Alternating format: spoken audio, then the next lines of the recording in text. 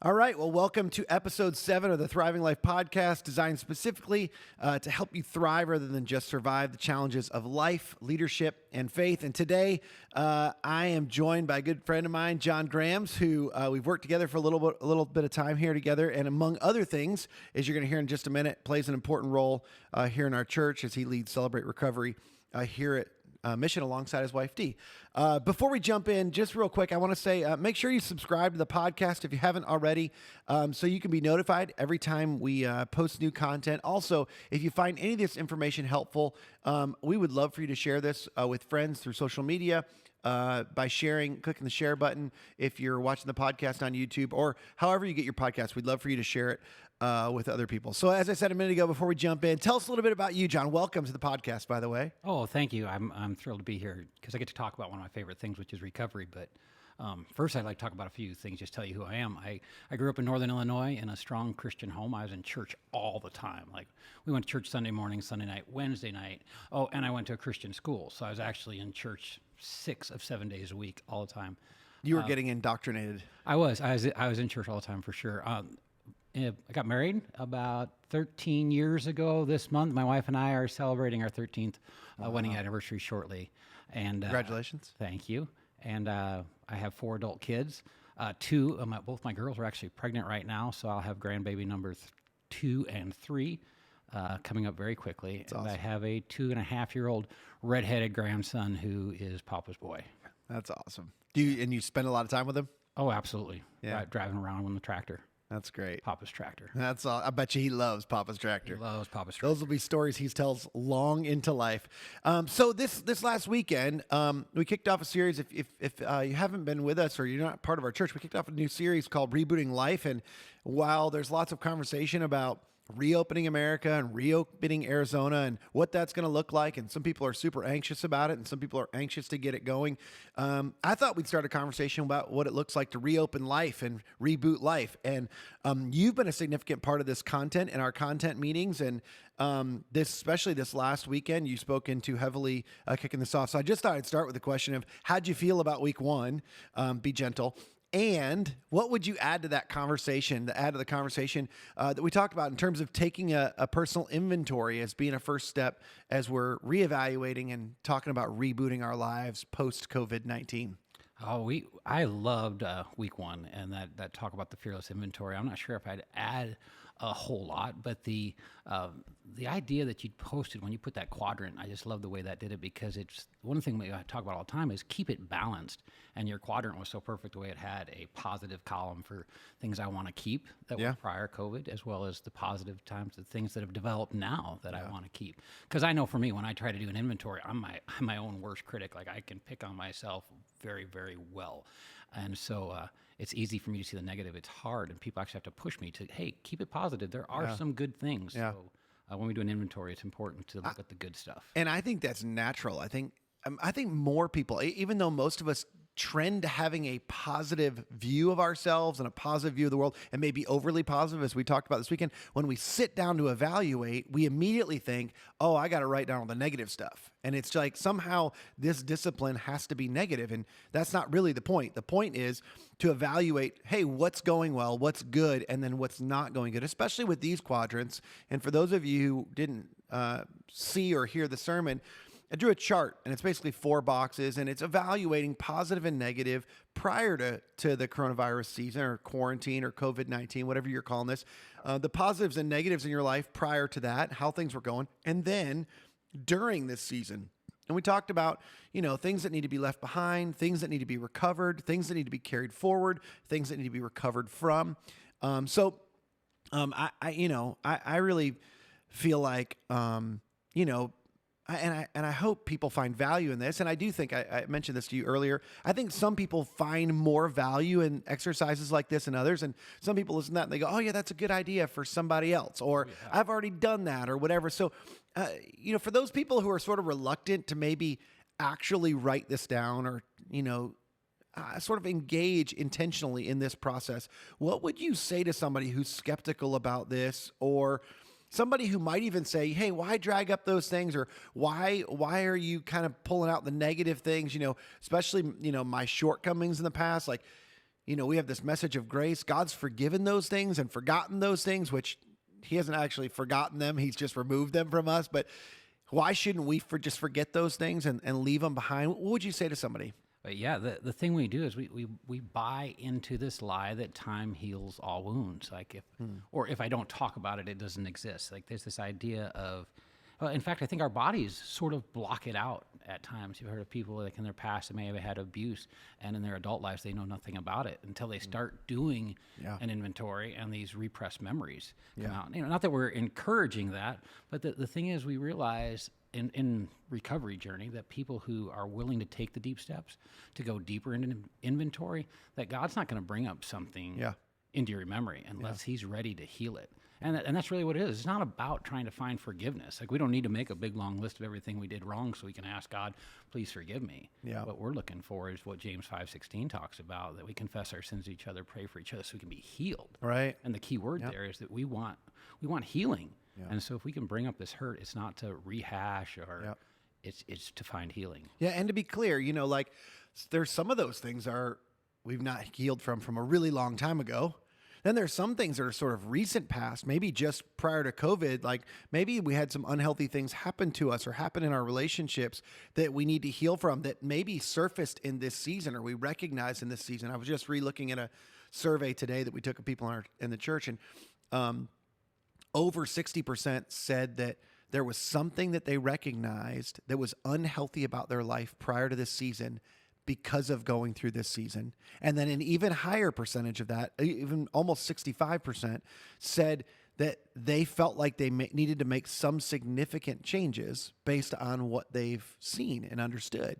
And I just thought it's super powerful. And some of that might be connected to childhood, but some of that just might be things that need to be dealt with. And so that's sort of why we started the series the way that we did. And, I've heard you talk about this. In fact, sometimes this reveals patterns in our lives. Yeah, exactly. The reason we want to do an inventory, and whether it's a short-term inventory or the big, thorough inventory that we encourage people to walk through with Celebrate Recovery, is it reveals patterns. Like we find, somebody like over and over, I lost my job again, and we look back and go, oh, there's a pattern of losing a job. Or relationships where someone's been in an abusive relationship, you find that time and time again, they're attracted to an abusive relationship. Like put them in a room full of really healthy people with one manipulative, abusive person, and their eye is going to be drawn. I tell people I think you have a broken picker. And doing the inventory is that's a great phrase. Let me just expose some of my weaknesses. And again, it's not for more hurt. It's just for healing and for growth. I love that too, because it's it's not that you're broken. Well, we're all broken, but it's not that you're broken beyond repair. It's just your picker's broken. We got to figure out how to fix your picker so that you're not continue to make bad choices. We're in the picker fixing business, I guess. I like that. That's awesome. Well, this isn't our primary topic, but you did mention, when you were talking just a minute ago about time heals all wounds, and there are certain things that we do to cope, with different things that we've experienced in life. For me, this idea of coping mechanisms or coping skills was a brand new idea to me when I went through counseling. I'd never really thought of that before. As a matter of fact, when I was having a first conversation with my counselor, and she was talking to me about, well, how did you learn to cope with that? And I was like, I didn't. I just responded. This was my natural response to this. She's like, no. You learned to cope a certain way with certain pains and difficulties. And that's why you act the way you do. We were talking specifically about something that happened to me in childhood and how I was responding to my wife. And I remember I had this aha moment of oh my goodness, I act the same way now that I did then. And it's not natural. It was normal to me, but it wasn't natural. It was something I learned because of the product of my environment. And so I've heard you talk about this before. Tell me a little bit more about that and about learning. That's huge, because what you're talking about is you developed a skill. Very what she said, you developed a skill. No, this is just what I do. Yeah. Well, it's something we honed and developed, and for many of us, it started when we were little kids. We play a game when we're kids. We teach our kids to play hide and seek, and I think sometimes as kids we expand on that game of hide and seek. And I've heard people share a story like the parents were yelling and screaming upstairs, and so they hid in their bedroom. Then find out later in life it's that same thing. When they hear yelling, they go and hide. It's this expanding of the skill they learned as a kid, the hide and seek, or maybe it was pretend, like we pretend house or pretend everything's perfect in this house. Yeah. And then those skills we learn to develop on how to pretend everything's fine when things are falling apart, but they break down. Yeah, and those we learn different things, and we learn not only that in the moment, and this is another thing I discovered was some of that just has to do with survival. Like we just want to be okay. Yeah, our survival skills are typically in these three categories: we fight, flee, or we freeze. Like I'd Say those again. We fight, we flee, flee, or we freeze. or we freeze. Like we fight, poke that bear, and the bear is going to fight. Like some of us, we just want to confront everything head on, and that's the skill we developed as children, oftentimes. Or we flee. We hop on our bikes as kids, like hop on our bike and just run out of here. I'm running away from this problem. We find as adults the same situation. We're not hopping on our bike and running to the corner store. We run to our man cave. We run to our video games. We run to our secret. Well, it's hide and seek. We hide from our pain and seek Relief, seek relief. or something that escape. feels good. Escape. Yeah, or we freeze. And the final is like, and this is the people that will struggle with a deep depression when confronted with a problem or conflict. They freeze. They don't interact. They kind of isolate from others, and truly they isolate from healing. So this is good because I thought, and while it's a little bit of an aside, here's what I know is some people, as they're doing this fearless moral inventory, as they're filling out this grid, they're going, hey, these are all the positive things where this was, and gosh, man, I think about some negative things. Here's something that happened prior to COVID-19, or here's a pattern, or here's something that existed, or here's something that I was doing, and now I'm realizing in this season that wasn't so healthy, or something that has developed as a pattern or a habit during the COVID-19 season. And they're going, oh, wow, this isn't healthy. I think one of the things that's important is that's potentially connected to a lesson they learned early in life.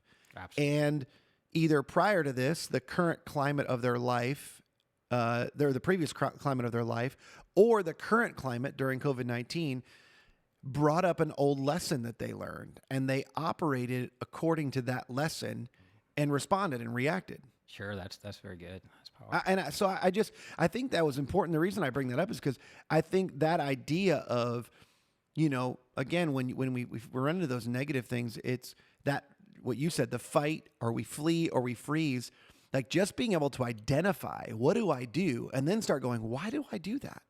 Like, what is that connected to? I know for me, with my counselor, that was one of the things that in my relationship with my wife, this is a famous story. I've only ever hung up on somebody. Actually, there's been 2 times in my life. I won't tell you about the other one, but one of them was my counselor.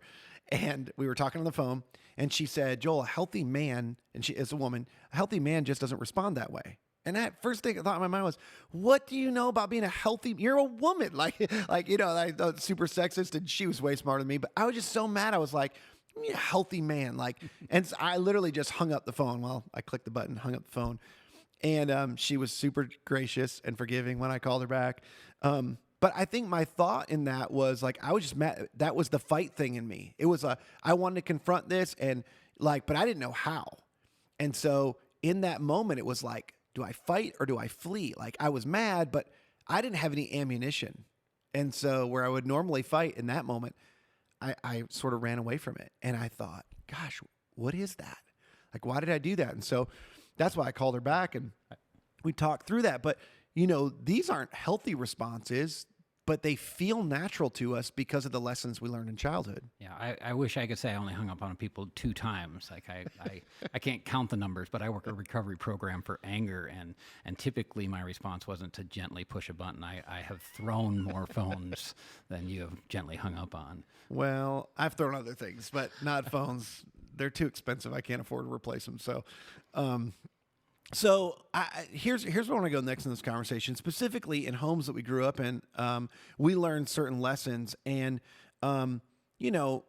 this becomes pretty sensitive to most people because lots of people I talk to, when you bring up things like that, they think you're trying to villainize their parents, or they just think, no, I had a great childhood, or my childhood was normal, and pretty much because it was their childhood. It's the only childhood they knew. So to them, it was normal. And then later in life, they realize, oh, wait, that wasn't normal. Or, no, I didn't get what I needed. Or, and it's not about making somebody be a bad guy. It's just going, hey, there were things that happened in my life or happened to me that mattered. And they taught me certain things that I learned, and I need to learn from it. So what's your experience with this? And specifically, what are signs that maybe were signs of things that potentially people learn in their childhood that weren't healthy or weren't normal? Like, what are some signs of an environment that maybe wasn't didn't produce healthy skills, coping skills in life? Sure.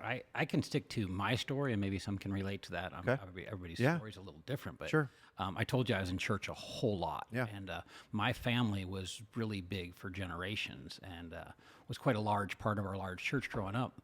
There was this idea, and my grandpa was famous for saying this phrase in his deep German accent. It was, "What would people think?" And the idea was if they saw a Graham's kid misbehaving, they might think something's wrong.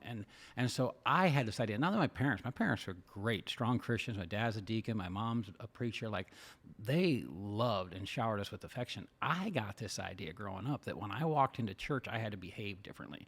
Now, it may be that my sisters and I were fighting in the car all the way to church, and Dad would turn around and go, "That's not how we act." And I was, well, that is how we act. It's not how we act at church.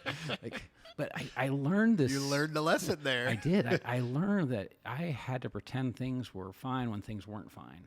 And I don't think that my parents necessarily drove that into me. And when I was later married in my first marriage, my wife and I had gone to Bible college, and we were in full-time ministry. And I struggled with anger. I struggled with things. My wife and I would fight, but we would show up for church on Sunday morning with the fanciest suits and dresses, and I'd preach the fire out of like we were fine, but we pretended. So we put on this mask that everything was fine when things weren't fine. Yeah. You know, I later worked through some steps with my sponsor and realized, like, what's the definition of a dysfunctional family? And he narrowed it down like this: don't talk, don't trust, don't feel.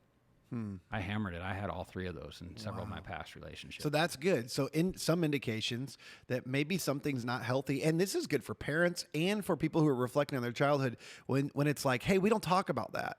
That's a sign of unhealth. Like, that's only going to lead to dysfunction. Or don't trust, whether it's other people or whatever it is. That's just a general phobia. The don't trust often happens just because of fear of rejection.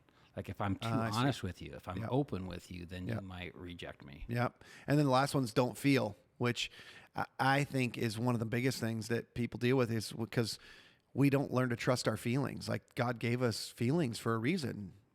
Emotions are indicators of things, indicators of good things, indicators of bad things, indicators of things we should be fearful of. And when kids learn they can't trust their emotions because it's like, oh, you don't feel that way, or oh, he didn't mean that, or, you know, oh, that's not a big deal. Like, people go, well, wait a minute, it feels like a big deal to me, but maybe I can't trust my feelings. And we don't realize that. But as kids, we go, oh, okay, that can't be trusted. And so we push it aside. That leads to repressed memories, limited emotional range in your life, which most people don't think about. But there's a lot of people who live between like here and here. Like, and if you're not watching the podcast, my hands are pretty close together, as opposed to having a broader dynamic emotional range where they can really experience true joy, high joys in life, and deep grief that comes with deep loss. You know, a friend of mine just recently said that deep grief can be trusted, and he just lost his son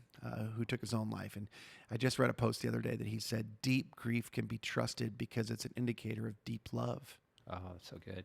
And I just thought, you know, grief isn't, we put it out to be this terrible emotion, but it's like, it's an indicator that we loved greatly.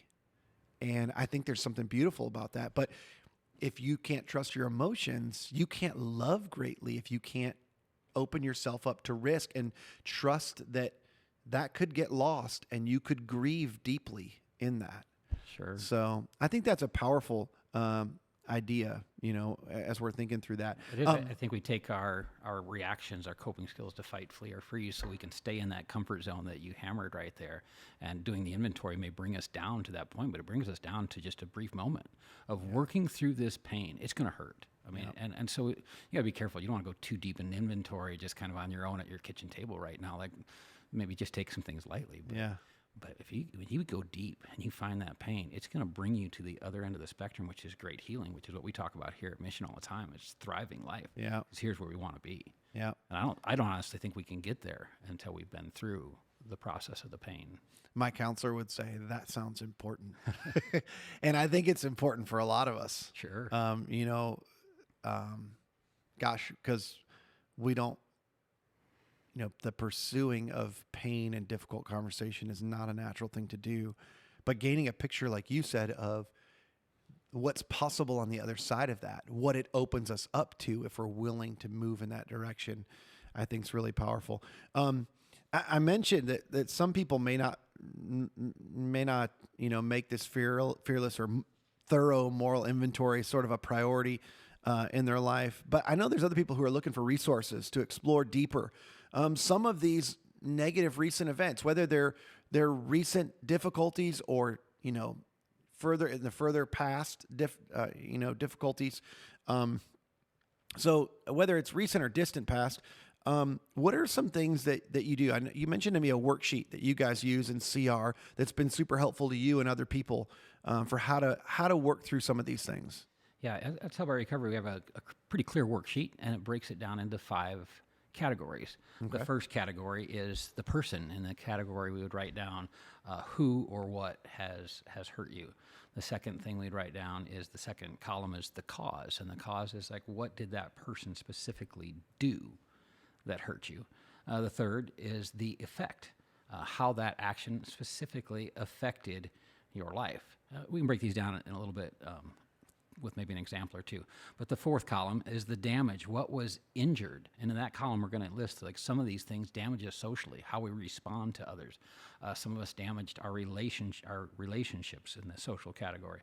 Or maybe a security, like my financial security, my security in relationships. Mm-hmm. Or some of it was a physical or a financial loss. And then the final category is my part. What was my part? And it's this category that I find was huge in my own personal life, because I could list a whole lot of people that I felt had hurt me. Yeah. But I got to the my part column, I started listing the things I had done to hurt others with oftentimes the exact same behavior. So the my part column is really important. Who did I hurt? So before we go on, really quickly, if somebody was listening to this or watching and they wanted to do this, you could just take a sheet of paper and draw 5 columns. Absolutely. And maybe the top, say, put in first column, the person, second column, the cause, third column, the effect, fourth column, the damage, fifth column, my part. And on the left, they would just put the negative event or the negative thing that happened to them.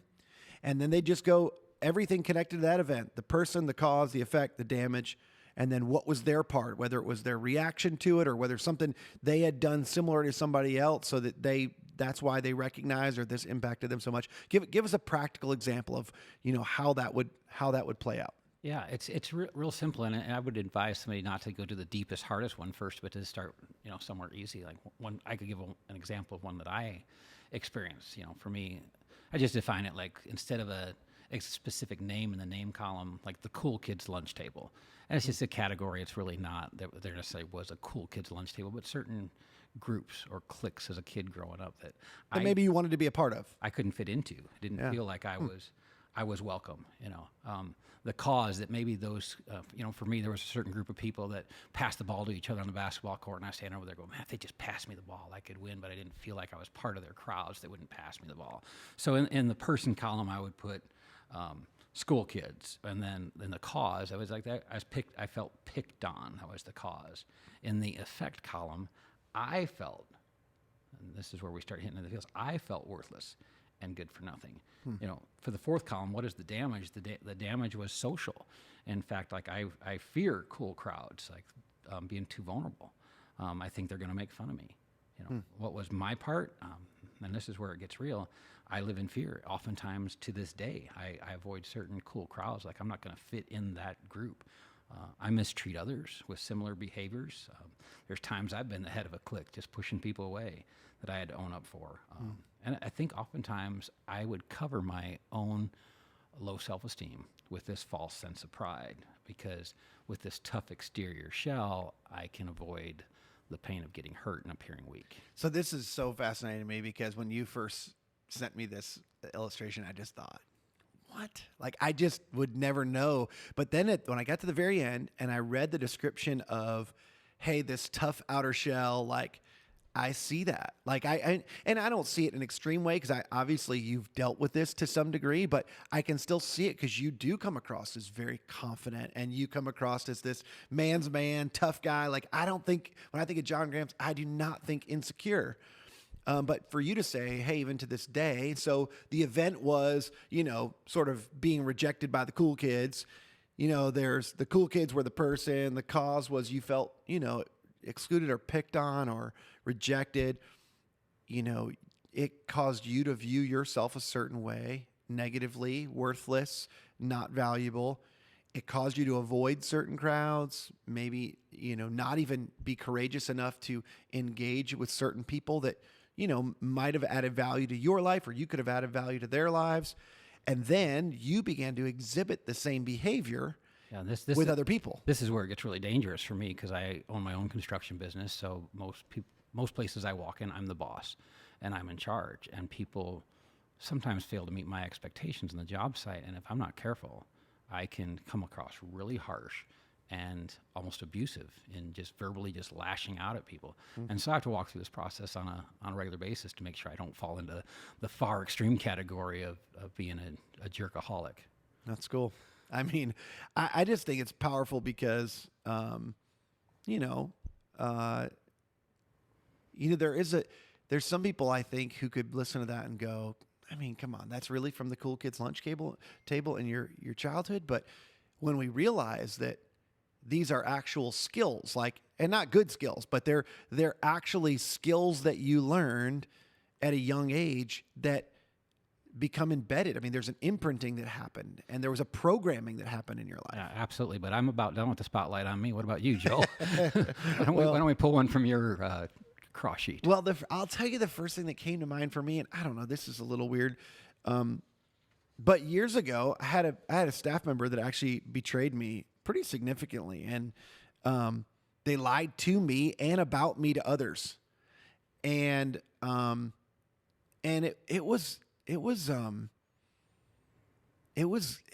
remember, it brought up other feelings from my childhood. But if I just think about that event, so I had this betrayal. The person was a staff member. The cause was they lied to me and they lied about me. The effect was, at first I became really angry. I was mad at them and then it turned into a distrust for not just them, but other people as well. Like lots of people that were around me. I thought, if I can't trust them, who else is not trustworthy. And so I sort of kind of rescinded into this, like, I can only trust me, type of thing. And, and the damage there was not only in my life, I became a more defensive and more controlling person in that season.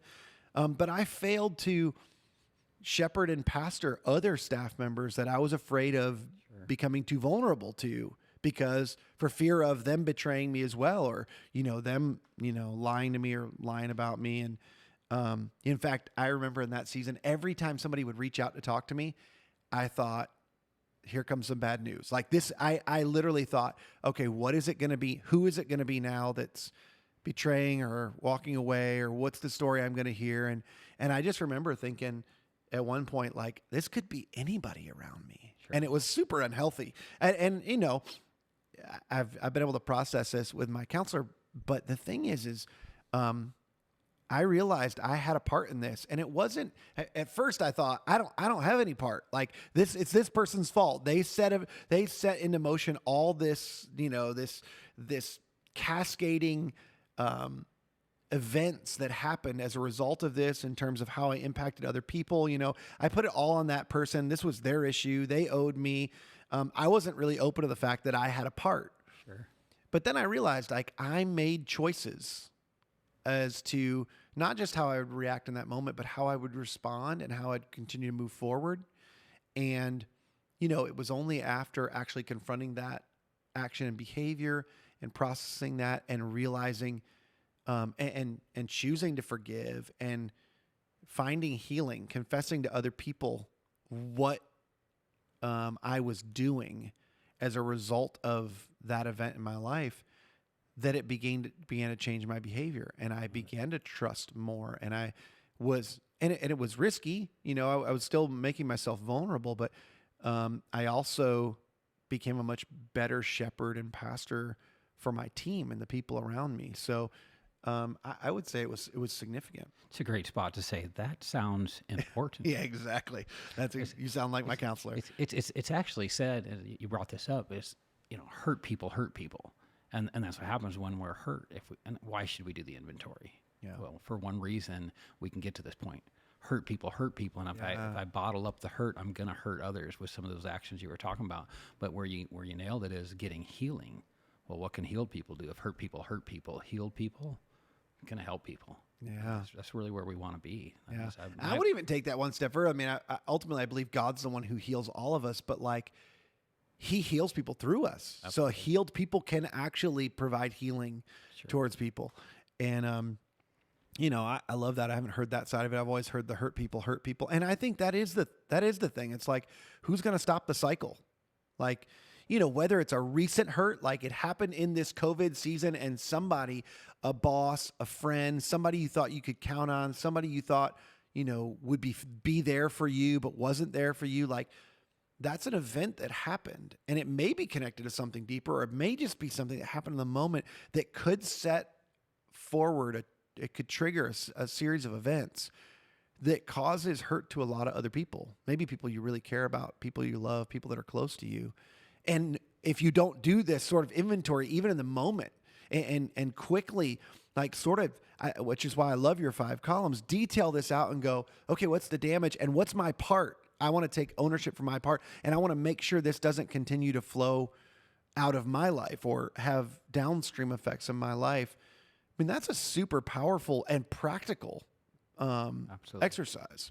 So we're not just talking about, I mean, there are things, as it relates to thoroughly investigating that have to do with, talking about the significance of the lunch table from childhood, or, you've heard me tell this story about getting sent to my room, and being alone in my anger because I, was acting out at home and my mom didn't know what to do with me. And so it was like, go to your room until your dad gets home. And that had sort of some impact and influence in my life.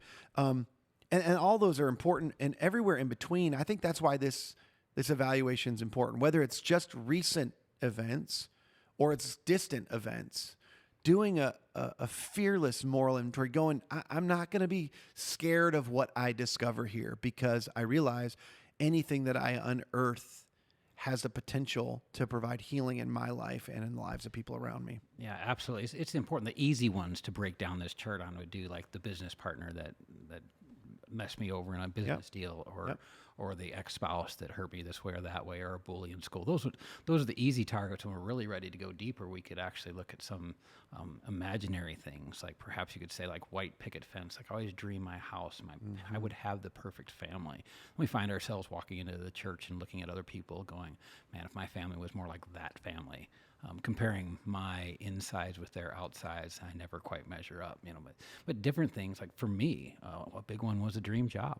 I told you I grew up in church, but I grew up, believing I was going to be the next Billy Graham. Like I thought I preached to teddy bears and trees in the backyard. Like I was shouting and preaching everywhere I go. But I thought I had this dream of being something great. When my divorce, my marriage fell apart, and my ministry was broken, I thought I lost it all. And so writing down a dream idea, nobody hurt me. It was this idea of this dream I thought I'd have, whether it's the perfect girl, the perfect car, the perfect job. When we begin to get real and say, if I could just write the dream, because here it is, unmet expectations are our next resentment. I had this expectation that I was going to be something powerful. Say that again. Unmet expectations. Unmet expectations is my next resentment. I just wanted to have this job, and I didn't get that job, and now I'm bitter and angry because somebody else got that job, or the girl. And it doesn't really matter who you're bitter and angry against, because you're not really hurting them. You're just hurting you. Oh, absolutely. Drinking poison, waiting for your enemy to die. Yeah. Well, I think that's powerful. And I've heard you talk about that before, just this whole idea about dreams. But so, in that negative column might be for somebody that a dream or a goal died a one that they had in the season before COVID-19, or maybe in this season, a dream or a goal, and they never really dealt with that. They never really dealt with the significance of that. And, that 5 columns, that being an event that they go through and discover the impact of and begin to take an inventory of, could be the start to them experiencing freedom from that, and really freedom from the unhealthy patterns that creates in our lives as a result of those things. Yeah, absolutely. Like I can clearly see in my past that oftentimes my broken dreams led to my most destructive habits. My biggest anger, my deepest depression, my acting out and seeking escape was oftentimes centered around an unrealistic expectation or a broken dream.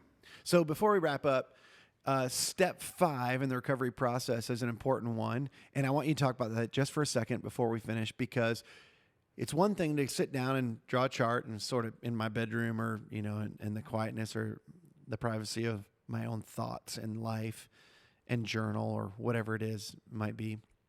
In my case, it's password protected documents on my computer. That's one thing. But it can't stop there. And in fact, it could even be unhealthy if it stops there. Talk to me about that. Yeah, well, step 4 in the 12 steps of recovery is that we make this fearless moral inventory. But step 5 is immediately followed up with, I confess that to God, myself, and someone I trust. And that's the 3 key ingredients for real healing. Number 1, and the inventory process is part of that, confessing to myself, bringing it out into the light. Confessing is what specifically? Like the my part? Yes, just owning up to myself, like we've been in denial, or we've hidden, or we've run, or we've blamed others. So when we confess to myself, there's real healing and just coming clean and coming honest. It's when your counselor says that sounds important. Yeah. It's those moments when the light switch comes on in our head and we realize there's something in me that God wants to work on. And confessing to God, we know that as churchgoers and church podcast listeners that forgiveness comes when we go to God. But the third and this key ingredient is in what step 5 is all about, and it's wrapped up in James 5:16. Confess my sins to each other and pray for each other, so that we may be healed.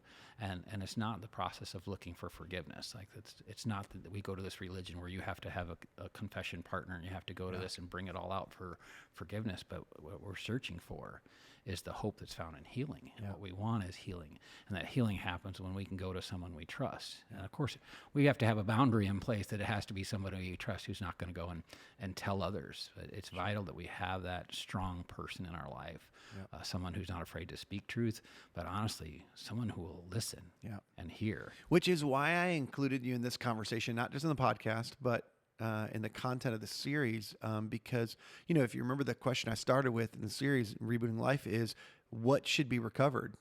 What kind of personal recovery we want to make from this season, because all of what needs to be recovered in this season isn't just economics or, physical routine in life and schedule and structure. Those things are important. But there's personal things that need to be recovered, and there's things that need to be recovered from, hurts, pains, difficulties in this season. And, when we asked that question, part of the insight was not everything that can be recovered should be recovered. And there are things that need to be recovered from that we maybe wouldn't any other way take the time to evaluate other than doing this personal moral inventory. So I think that's why this is super, super important. And we started this conversation with this question of why do an inventory, and I think we summed it up. Like, the purpose isn't to rehash old hurts for more pain, but that little graph that you drew out with your hand distance, where we live in this numbing zone sometimes, or this comfort zone where God wants us to experience thriving life, and some of that process is going through the problem of pain or the process of pain. And I just think that if we're willing to go deep, we can experience greater freedom. That's awesome. That through sometimes our greatest pain, we can find some of our greatest victories. I like to look at James 5:16 and do a terrible wordplay that it says, confess your sins to each other and pray for each other so that you may be healed. I just push those 2 words together in the middle and say maybe. Like it's this question. Like he doesn't even give me a promise. Like there's so many places in the scripture you go to and God's word says, thou shalt receive. But this one you get a maybe. It's like, why should I go to somebody and confess when all I get is a possible maybe? But the flip side of it is, even in that silly wordplay, is if I don't, You may I'll not be be. back where I was. And you mentioned this survey. 60% of the people they're looking at something in their past. And what if James 5:16 is true? Like this process of just writing a few things down, finding someone I can confess to, leads them to healing. Yep. Or we can look back a year Yeah. post-COVID and say, I'm still there. Well, in that language, even people have a hard time embracing. Like, but we have schedules that need to be healed. We have relationships that need to be healed. We have habits that need to be healed. We have thought patterns that need to be healed. And a lot of those things just by some simple evaluation. And when I say simple, I don't mean not thorough. I just mean like it's hard to do, but it's a simple process. And by choosing to engage in this simple process and doing, some important and thorough inventory is how we find healing and we reboot our lives in a healthier way and in a more whole way. Well, Celebrate Recovery, if for somebody who doesn't have a place to do that or people to engage with, still happening every Friday night. COVID-19 is not stopping us. Still happening, often live from my living room. Every Friday night, 7 p.m. People can find that through the Facebook page, right? Absolutely. If you go to the Mission website, click on Celebrate Recovery, or just go to Facebook and look up Celebrate Recovery, Mission Celebrate Recovery, Arizona, something like that. I believe so. Something like that. There's a really great link straight off our Mission web. Okay, perfect. Website. The one off our Mission website. Also on my Instagram, I have a link in it in my bio. You can find it from there to Celebrate Recovery. We'd love for you to join in there through Facebook.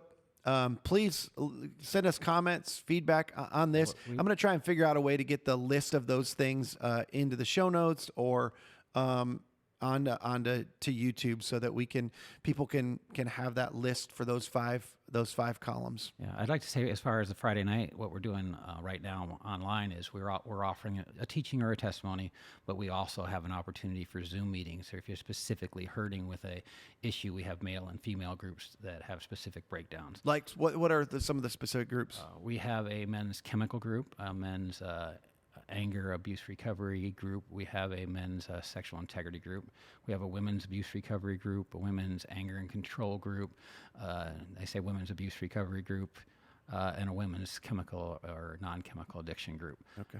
Now we don't put those open invitation to everyone, but if you reach out to some of our leaders, we can get you into one of those meetings. So the first step is to come to the 7 p.m. large group, and then reach out if you want to take another step, and somebody can help you find a group that you can chat with. Yeah, because it's all part of finding that circle of people that I can be real and be honest with to find healing. Yep, it's good.